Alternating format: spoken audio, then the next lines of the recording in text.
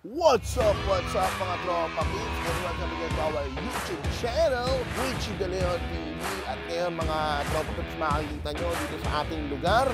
Nandito tayo ngayon sa Camp Awol, dito sa Real Quezon. Napakagandang venue nito kung gusto nyo mag-camping. Mga tropa kids, mag-outdoors. Pwede kayo pumunta rito ha. At maraming mga amenities dito. Meron dito zipline, merong spider web, merong hanging bridge, merong tower, merong rappelling, merong yung highest na sinasabi nila na swing, drop swing ha. Sa buong Pilipinas, dito yan matatagpuan sa Camp Awol. Ha? Pumunta kayo dito. At ngayon, napakaswerte natin dahil dito natin testing itong Curve 1 ng Camp Pro. Okay, nakita na natin yung unboxing natin nito at yung first impression. So ngayon naman, testingin na natin yung capabilities. Kung maganda pa talaga siya kumuha, kung okay pa talaga, kung baka naman hindi. So malalaman ngayon natin yan mga tropa peeps. Kaya let's go, let's roll our intro. Alright!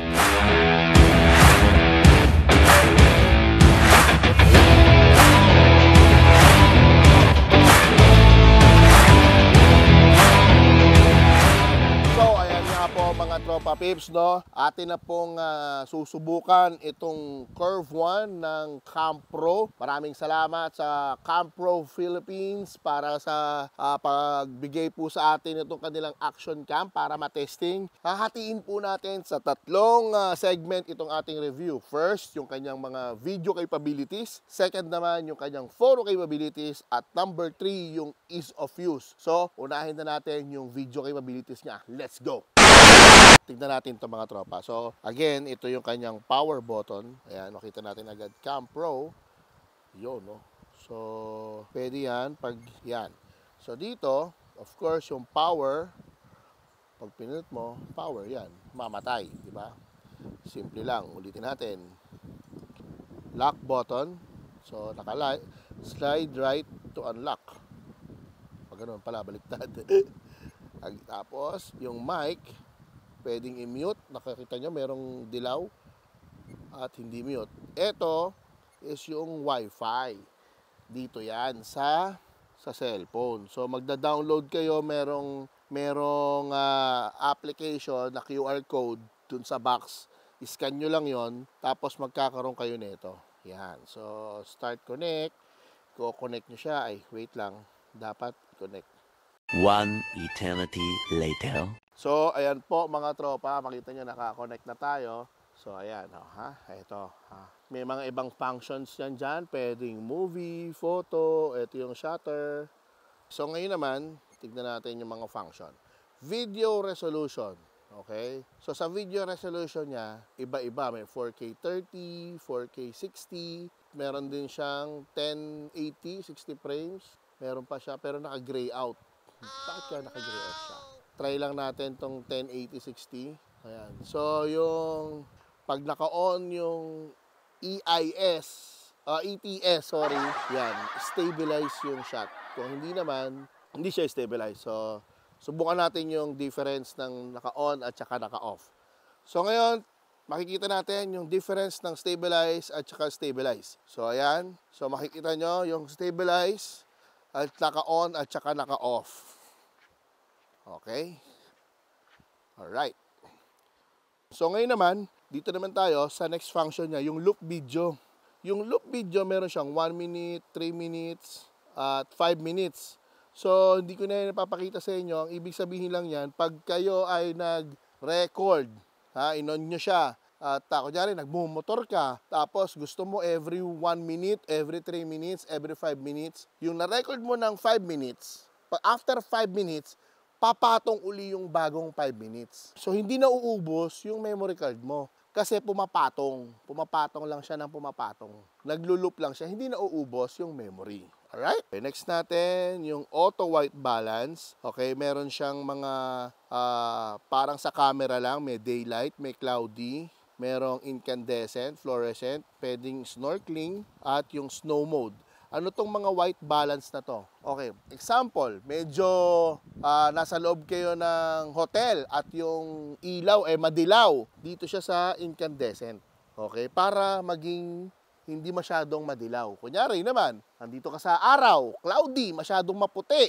Lalagay mo siya ngayon dito sa daylight, yan, or cloudy. So, most of the time, kung hindi ka sigurado sa white balance, lagay mo lang siya sa auto para si camera na ang magde-decide. Okay, next, exposure value. Yan. So, ito naman, dapat 0. Ibig sabihin, pag naka-0 ka, in between, gitna lang. Yung exposure, meaning yung liwanag. Ngayon, kung gusto mo medyo madilim, example, sobrang liwanag, nandito ka sa outdoor, pwede kang magbawas ng exposure value. Negative 1 or negative 0.5. Pwede rin yan plus. Kung madilim naman yung lugar at gusto mong liwanagan, liliwanag yung capture niya. So, yun yung EV.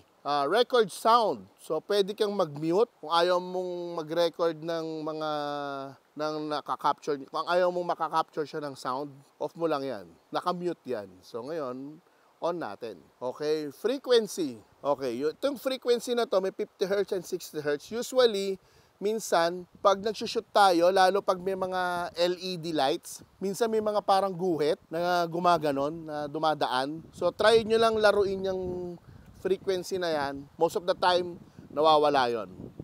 Meron ditong POV. So, makikita nyo, yung wide lang, yung medium at saka yung narrow, naka-gray out. Alam nyo kung bakit?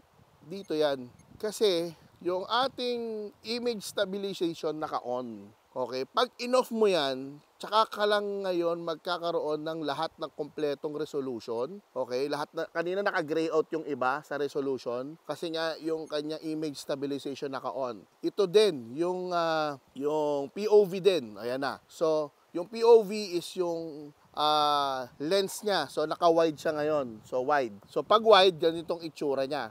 Yan, mapakita natin, ha? Yan, itong wide niya. Yan, ha, pareha. So, ngayon, medium, okay, naka-medium na yung POV natin. Ito ngayon yung medium. Okay, tapos, kung gusto mo naman ng narrow, ito yung parang zoom na niya. Okay, tatlo lang yung niya, yung focal length niya. Yan, medyo lumapit na. So, makikita niyo yung comparison. Ayan, yung wide, yung medium, at saka yung narrow. Alright, so ngayon, so, dapat gumagana lang yung tatlong focal length kapag ka naka-off yung stabilization. Pag naka-on yung stabilization, wide lang yung gagana. Okay, so, last function niya sa video setting is yung fast motion. Okay, ito yung fast motion niya, parang hyperlapse. Pwedeng times 2, times 4, times 6, times 10, times 15. So, ngayon, itest natin yung hyperlapse niya para makita nyo kung ano ang itsura niya pag nag-hyperlapse kayo. Ito po ang sample ng hyperlapse. Okay, so ngayon naman po, check natin yung mga different functions niya sa photos at yung photo capability niya. So, check natin yung photo menu. So, pag maglilipat tayo sa photo, yan. So, by the way, ito nga pala yung menu niya. So, yan, video, pag binaba mo siya, ayan yung time-lapse. Ito yung slow-mo, kung gusto mo ng slow-mo video. Ito, short video lang. So, ngayon meron din siyang underwater mode. Merong driving mode, yung kung imamount mo siya kasi nakabaliktad. Pag nakabaliktad yan, mag-flip din siya. So, ito yung photo. Meron din siyang photo time-lapse at saka burst shot. Okay? So, pwedeng ganyan. Yan, dito sa gilid, pinipindot to. Or pwede rin naman na itap nyo lang. Photo. Okay. So, ayan. So, sa photo natin, ito, check natin yung settings ng photo. Okay. Photo resolution. Ayan. Pwedeng 20 megapixel hanggang 48 megapixel hanggang 10 megapixel. Okay. So, try natin sa 24 megapixel. LDC or low dynamic range. So, pag ganyan, naka-low dynamic range. So, i-HDR natin. High dynamic range siya pag ganyan. Auto white balance, na pag-usapan na natin kanina. Timer. Okay, so kung magta-timer ka, merong 2 seconds, may 10 seconds. Okay, ISO. Okay, so si ISO niya, naka-auto tayo. Etong ISO, parang sensitivity to light. The more na tumataas yung ISO, mas lumiliwanag po yung image or yung sensor natin. Pero pag mataas ang ISO, ang consequence lang nun, nagkakaroon ng noise. Okay, so ng image noise. So ingat tayo sa paggamit ng ISO. So ngayon, i-auto lang natin siya. So siya yung mag-a-adjust. Okay, meron din tayong long exposure. Yan. So kung gaano katagal, kung 1 seconds or 30 seconds. Okay, so exposure value na pag-usapan na natin kanina na meron din siyang effects. Okay, pwedeng black and white, natural, pwedeng retro. Okay, so mga ano yan, mga preset. Okay.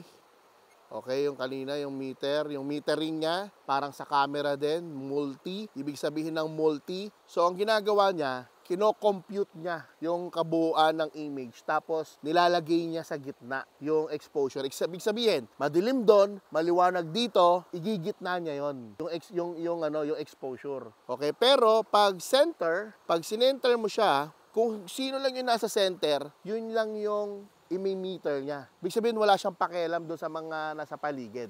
Basta kung ano nila sa gitna, yun lang yung imi-meter niya. Yun lang yung liliwanagan niya ng sakto. Okay, meron ding spot. Yung spot naman, okay, so ayan, pag in-spot mo, although wala siyang, ayan, no, kita niyo, nagbabago yung, okay, so mukhang nagre-respond naman yung touch niya doon sa spot. So yan yung mga metering niya. Kita niyo, pag nag-multi, tama yung exposure kumpara kanina sa spot. So kuha tayong picture. Tignan natin yung picture quality.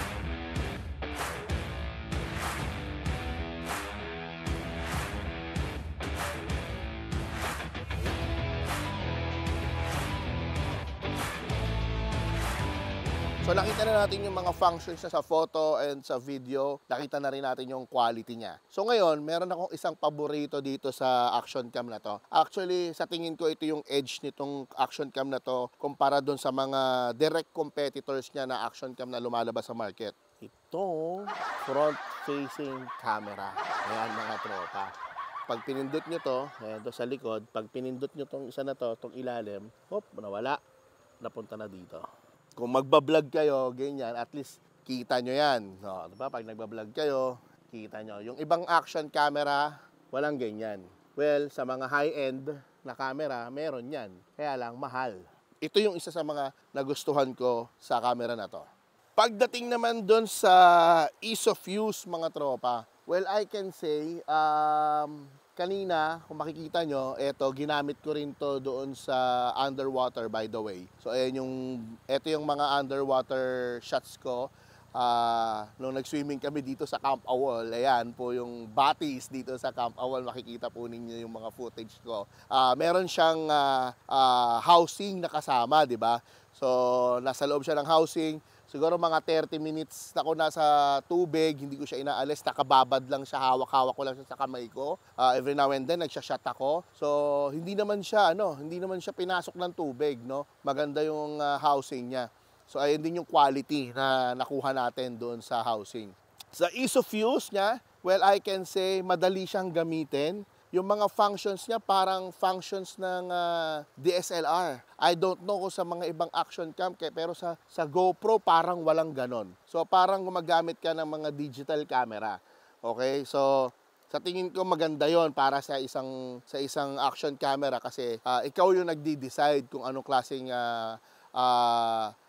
exposure or anong klaseng image ang gusto mong kuwanan. At yung mga functions niya, nakita natin kanina, very responsive din yung touchscreen. So, hindi siya naglalag pag sinaswipe-swipe natin. So, in general, I can say, with its price, mga tropa, with its function, meron siyang 4K 60 frames capability. Palagay ko, if you are into vlogging at hindi pa kayo makabili ng mga mamahaling mga equipment for vlog, sa tingin ko maganda to para sa inyo. At doon naman sa mga medyo tight budget din for action cam, eto, dual screen, ha? Kaya pabor din sa mga vlogger. Kaya sa tingin ko, maganda to para sa inyo. Okay, kung tight budget, pero kailangan nyo ng functional at magandang action cam, I can recommend this Curve 1 action camera. Alright, mga tropa peeps? So, there you have it, mga tropa peeps. Itong ating